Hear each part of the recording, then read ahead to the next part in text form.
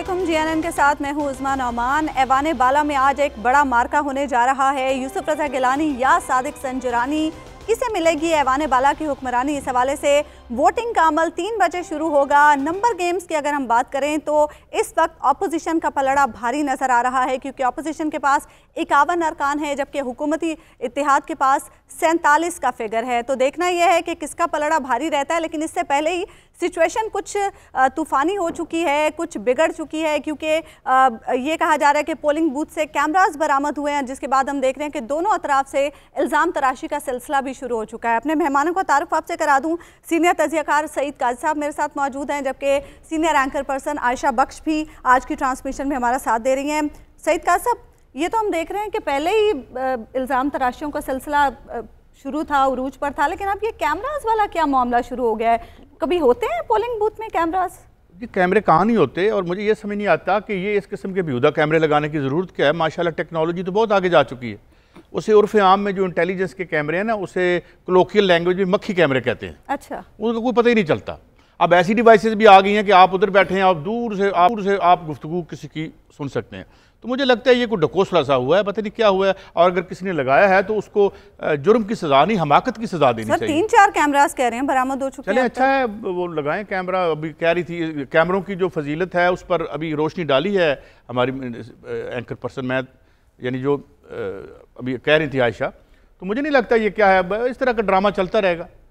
आयशा, आप अभी जब हम आ रहे थे ट्रांसमिशन के लिए, तो आप जैसे सईद काजी साहब कह रहे हैं कैमरों की फजीलत पर रोशनी डाल रही थी, ज़रा हमारे नाज़रीन को भी ज़रा बताइए कि आप क्या कहना चाह रही थी। उस्मा, कैमरों की फजीलत पर बात करेंगे, लेकिन उससे पहले ना, मैं जब से ये चल रहा है पिछले 2 घंटे 2.5 घंटे से सूरत हाल सामने आ रही थी, समझ में नहीं आ रहा था कि रोया जाए या हंसा जाए। दोनों सूरतों में शर्मिंदगी की बात बनती है। हंसने की बात इसलिए कर रही हूँ कि आज के बच्चे भी शायद बेहतर अंदाज में कैमरास का इस्तेमाल कर लें। और रोने की बात यह है कि किस लेवल पर पार्लियामेंट सेनेट का इंतखाब होने जा रहा है, वो भी सेनेट की सरबराही के लिए। और आप सोचें कि किस तरह का क्राइम वहां पर किया जा रहा है। इसको मुजरिमाना ही कहा जा सकता है, क्योंकि खुफिया बैलेट होना है, आप उसको खुफिया नहीं रखना चाह रहे। अभी तो इन्वेस्टिगेशन होंगी, सामने आएगा। वो जो हम पहले बात कर रहे थे कि ये कैमरास क्या, तो मैं एक्चुअली कहना ये चाह रही थी कि ये जो टेक्निकल सपोर्ट है गवर्नमेंट के पास, हालांकि फवाद चौधरी साहब बहुत इस पर इस वक्त बात कर रहे हैं और कैमरास की किस्में भी समझा रहे हैं और बता रहे हैं, मगर ये किस किस्म की टेक्निकल सपोर्ट है? अभी तक तो हम ये रोते थे कि कानूनी मशवरे साहिब नहीं दिए जाते इस हुकूमत को, ऐसे ऐसे रेफरेंसेस भिजवाए जाते हैं सदर साहब की जानिब से, ऐसे ऐसे मामलात कानूनी तौर पर उठाए जाते हैं कि हुकूमत की सुबकी का बायस बनते हैं। मगर अब आप देखेंगे जो टेक्निकल सपोर्ट है, जहाँ पे साइंस मिनिस्ट्री इतना कुछ कर रही है आजकल, कम अज कम अगर ऐसी कोई कार्रवाई करनी ही थी तो कोई बेहतर जदीद किस्म के कैमराज और टेक्निकल सपोर्ट के साथ कुछ तो कर लेते। ये तो बच्चों जैसा काम किया। मैं इसे कह रही हूँ डस्का 2 हो गया इनके साथ। ये डस्का 2 कह लें। अच्छा, ये वो काम बना है। वहां तो 20 पोलिंग स्टेशन से पोलिंग का अमला गायब हुआ था, यहाँ ये कैमरास लेकर आ गए। हुकूमत खुद अपने लिए, हुकूमत ना कहें मगर ये जरूर कहें कि ये सेक्रेटेरिएट की जिम्मेदारी में था। जो इंतखाब होना है आज का, ये सेनेट सेक्रेटेरिएट की जिम्मेदारी में था। सिक्योरिटी इस पे किसे पकड़े? अच्छा, अब ये मुस्तफा नवाज खोखर साहब जो पीपल्स पार्टी के हैं, वो तो बड़ा बावसूख क्लेम कर रहे हैं इस वक्त। वो कहते हैं कि संजरानी साहब सुबह 5:30 बजे तक सेक्रेटेरिएट में मौजूद थे। अब ये वो कह रहे हैं कि सुबह 5:30 बजे तक संजरानी साहब थे, और संजरानी साहब चेयरमैन सेनेट हैं। जब तक अगले चेयरमैन सेनेट नहीं आ जाते, वो कोई भी बनते हैं। और सेनेट सेक्रेटेरिएट की जिम्मेदारी है। किसे पकड़ेंगे? मुझे बताएं, जो चौकीदारी पे बैठा है उसी की जिम्मेदारी है ना, उसी की जिम्मेदारी है, किसी और की तो नहीं हो सकती। या फिर इतने नाहल हैं कि इनके सेक्रेटेरिएट में कोई रात गया, अंधेरे में घुसा और वही सारी कार्रवाई करके आ गया। फिर और भी बड़ी अलमिया है, और भी बड़ी परेशानी की बात है। मुझे एक समझ नहीं आती, कोई कार्रवाई करके एक मुझे बताएं, ये कौन सी टेक्नोलॉजी थी कि जब आपने वोट देने थे बाजवा साहब को, तो वो कौन से कैमरे थे जिसकी वजह से वोट उधर निकल गए थे? अरे भाई, इस जमाने में क्या नहीं होता। अब बोलते मुझे इसका पता नहीं है, ये होक्स है, ड्रामा किया गया है। मतलब अगर कोई थर्ड क्लास दुनिया की सेक्रेटेरिएट के सेक्रेटरी जिम्मेदारी ले रहे हैं इस वक्त इसकी, और इन्वेस्टिगेशन की बात कर रहे हैं। कोई थर्ड क्लास भी कोई होती ना एजेंसी, तो उससे भी हम ये एक्सपेक्ट नहीं करते। लेकिन आपको क्या पता नहीं, आप खुद ही लगाते हैं, किन्हें लाते हैं, की होया की नहीं होया, और बड़े माहिर हैं उसमें। ये आयशा, इलेक्शन से कुछ घंटे पहले ऐसा होना, और फिर चाहे जिम्मेदारी भी लें, चाहे तहकीकात भी करें, लेकिन उसका असर इलेक्शन पर तो पड़ेगा। बिल्कुल यकीनी तौर पर उस्मा पड़ेगा। और फिर बात वहीं आ जाती है कि मैं जो हुकूमत वक्त है उसकी बात कर लूँ। जब आप अखलाकियात के बड़े बड़े दर्स दें रोज़ाना की बुनियाद पर, आप स्लोगन्स दें, आप नारे लगाएं, आप किताबों के हवाले दें, आप शख्सियात के हवाले दें, मैं क्यों इसको डस्का 2 कह रही हूँ? मतलब आपको कुछ करना है, आप पहले ज़बरदस्ती लोगों को जोड़ के लाएं, फिर जबरन कहें कि हमारे हिसाब से वोट दो। या तो आप अखलाकियात और आइडियोलॉजी के हिसाब से चल रहे, या फिर अब वही कुछ कर रहे हैं जो ये हमारे मोहतरम और हमारे सीनियर्स हवाले देते हैं। 80 में क्या नहीं होता था, 90 में क्या नहीं होता था, 2004 में क्या नहीं हुआ, तब से अब तक हो रहा है सर जी। तो फिर तब से अब तक हो रहा है। कुछ भी फर्क नहीं 2013 का इलेक्शन, मेरी बात सुन लें, 2013 का इलेक्शन जो कंट्रोवर्शियल, उसका अपना चीफ इलेक्शन कमिश्नर क्या गया था। मेरे प्रोग्राम में जनाब जो PDM के बहुत बड़े लीडर हैं, जो क्या एतजाज हसन साहब, उन्होंने कहा यार हमने 112 खोले, उसमें क्या है? नहीं सर, है बहुत फर्क पड़ता है। नहीं काजी साहब, नहीं, क्या फर्क पड़ता है? जब हम कह रहे थे, मुझे आप बताएं, फर्क पड़ता है कि एक आपने वीडियो पहले कहते थे, कैसे फर्क पड़ता है? वीडियो पकड़ लिया आपने, उसके बावजूद नोटिफिकेशन कर दिया आज इलेक्शन लड़ रहे हैं, बेटा उसका बता रहा है सामने, MNA सामने आ गया, उसके लिए सबूत भी तो देना पड़ेगा ना। आप ये कोई दो लोगों की वीडियो पे पकड़े गए हैं, उस वीडियो में यूसुफ रजा गिलानी का नाम नहीं है, किसी पैसे किसी का बेटे की जिम्मेदारी बाप पे नहीं, और बाप की पोलराइजेशन है, कोई एग्रीड, ये पोलराइजेशन है। ये असूल और ज़ाब्ते पे आए हुए जो आप या पोजीशन में बैठे हुए हैं या गवर्नमेंट में बैठे नहीं है, तो फिर गवर्नमेंट भी असूल और ज़ाब्ते, यही तो बात शुरू होती है। गलत इलेक्शनों की मार्शल लॉ के बूटों पर बैठ के आने वाले जब इखलाक की बात करते हैं तो मेरा तो ब्लड प्रेशर आई। सर मैं तो खुद ये बात कह रही हूँ कि हुकूमत वक्त ये कहती है, पिछले 2.5 साल से एक ही नारा है, यहाँ पर सियासी इंतशार पैदा किया जा रहा है, जो हमारे साथ नहीं वो सब चोर और हुकूमत वक्त कर रही ना, जो हमारे साथ नहीं वो सब चोर डाकू हैं, जो हमारे साथ है वो ठीक है। बट आरिफ हमीद भट्टी साहब ने भी हमें ज्वाइन कर लिया थे तो ठीक थे, अब कोई और करे तो तकलीफ हो रही है। हम तो कह रहे कोई भी ना करे, वो तो ये तो डकैतियों के जो मुजद हैं, जब वो ये कहते हैं आरिफ हमीद भट्टी साहब भी हमारे साथ मौजूद हैं। भट्टी साहब, कैमरास निकल रहे हैं पोलिंग बूथ से और अपोजिशन की जानिब से इल्जाम भी लगाया जा रहा है और तहफ्फुजात का भी इजहार किया जा रहा है, ऐसा कभी पहले देखा है आपने?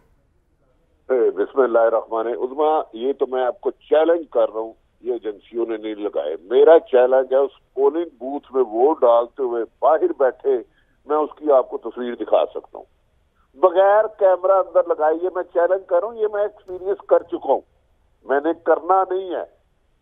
कि जिसने भी किया है बॉडी ही बॉडी और स्टूपिड हरकत की है। इलेक्शन बूथ में वोटिंग डालने वाले का जो मैं उसको घड़ी पहना के भेजूंगा, उससे मैं आपको तस्वीर बाहर दे दूंगा, अंदर कैमरा लगाने की कोई जरूरत नहीं। और एजेंसियां ये काम कर ही नहीं सकती। इतना लेटेस्ट इंस्ट्रूमेंट आ चुका है। ये तो मुझे लगता है जैसे वो पुराने दौर में जब आयशा बड़ी थी उस वक्त वो देखते नहीं थे, दिल्ली का कुतुब मीनार देखो, वो गली मोहल्लों में कैमरे लेके जाते थे, वो चादर सी डाल के कहते थे दिल्ली का कुतुब मीनार देखो, मीनारे बाकर। ये तो उस टाइम का कुछ छोरा सियासतदान है जिसने ये किया है, यहाँ करवाया है। ये एक किसकी शरारत हो सकती है ये? देखिए, ये तो अब उधर सीसी कैमरे ऑलमोस्ट सब जगह लगे हुए हैं और मैंने ये विजिट भी किया हुआ है। ये तो उसके पिछले 4-5 दिन देख लें कौन आता रहा है कौन जाता रहा है। मैं बता दूं, ये कोई मुल्क का अदारा ये नहीं कर सकता। मैं आपको कह रहा हूं, उसी पोलिंग बूथ जो नया बनाया है मुझे उधर भेज दें, मैं किसी भी बंदे को एक घड़ी पहना के भेजूंगा। मैं आपको बता दूंगा ये किसको दे रहा है। ये सारे काम मैं एक थोड़ा सा ना काजी सईद साहब ने मुझे इन्वेस्टिगेटिव जर्नलिज्म सिखाई है, 12 साल मैंने की है। ये काम तो मैं बहुत पहले कर चुका हूँ। ये इस किस्म की छिछोरी हरकत ये अगर हुकूमत ने कराई है तो इमरान खान के दुश्मनों ने कराई है जान के बदनाम कराने के लिए। अगर PDM की साजिश है, कल भी उन्होंने दारों को धांधली ज्यादा कहा, और ये हो सकता है, लेकिन ये कोई समझदार इमरान खान का दोस्त, हुकूमत का दोस्त ये काम नहीं कर सकता।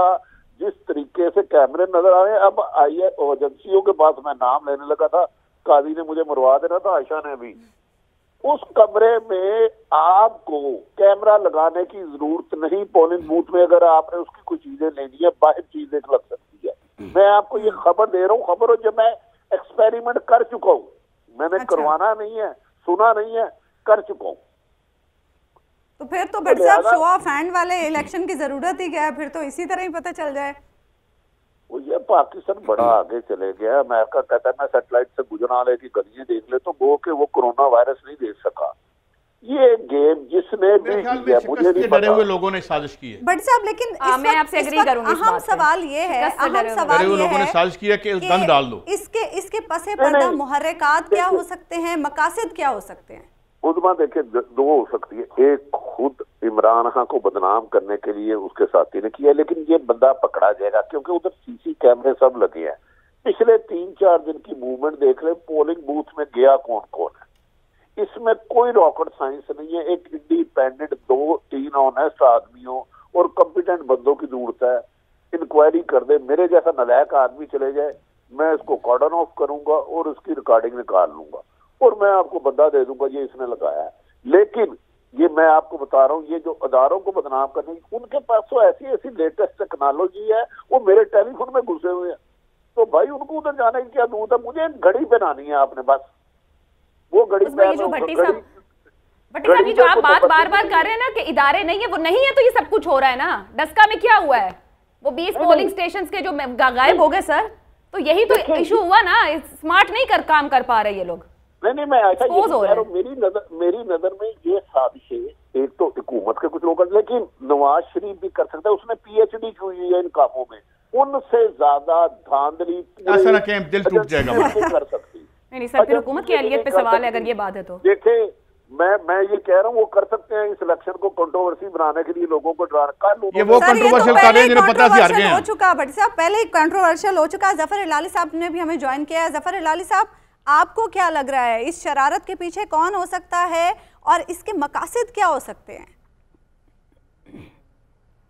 देखिए, जो मैंने देखा है ये इतना क्रूड है, इतना क्रूडली लगा हुआ है, इतना ऑब्वियस है कि मैं समझता हूं ये कह रहा था कि आओ मुझे पकड़ो, आओ मुझे पकड़ो, देखो मैं क्या चीज हूं।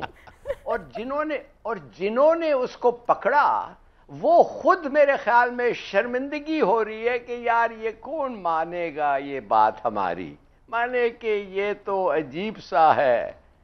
मगर एक चीज तो अब पता चल गया है कि ये सब सियासतदान तो हैं, they are not only inexpert amateurs मगर crooks of the highest order. बस यही मेरा है इसका। अच्छा कायद साहब, अब तक अपोजिशन को ये तवक्को थी, बार बार यूसुफ रज़ा गिलानी भी कह रहे थे कि न्यूट्रल है, एस्टैब्लिशमेंट न्यूट्रल है और माजी को दोहराना मुमकिन नहीं होगा। लेकिन कल शाम हमने देखा कि शाहिद खान अब्बासी साहब, एहसन इकबाल साहब आए और हाफिज़ अब्दुल करीम साहब को साथ लेकर आए और फिर उन्होंने कहा कि हमें बड़ा दुख है कि DGISPR की जानिब से हमें बड़ी यकीन दहानी कराई गई थी, लेकिन अब सिचुएशन कुछ डिफरेंट हो रही है। देखिए, दो बातें बड़ी हैं। एक तो बड़ा अच्छा खूबसूरत एनालिसिस किया भिलाली साहब ने। एक दूसरी बात यह कि मुझे बताएं कि दो जो सेनेट के चेयरमैन का इलेक्शन लड़ रहे हैं आपस में, इनमें से कौन है जो एस्टैब्लिशमेंट का कैंडिडेट नहीं है? वाह, मुझे बताएं ना, मुझे ये बताएं यहाँ क्या मुसीबत पड़ी हुई है हमें। वो कि आप ये समझते हैं नवाज शरीफ साहब के कैंडिडेट हैं किबला ये जो है यूसुफ रज़ा गिलानी साहब, या ये कोई बड़ा एस्टैब्लिशमेंट की ऐवानों में भूचाल आ जाएगा जिस दिन ये इलेक्ट हो जाएंगे? ये ज़ियाउल हक के जिला काउंसिल के इनके नाम के इश्तिहार छपते थे, ये ज़ियाउल हक के जियाले और मतवाले थे। कौन? यूसुफ रज़ा गिलानी साहब।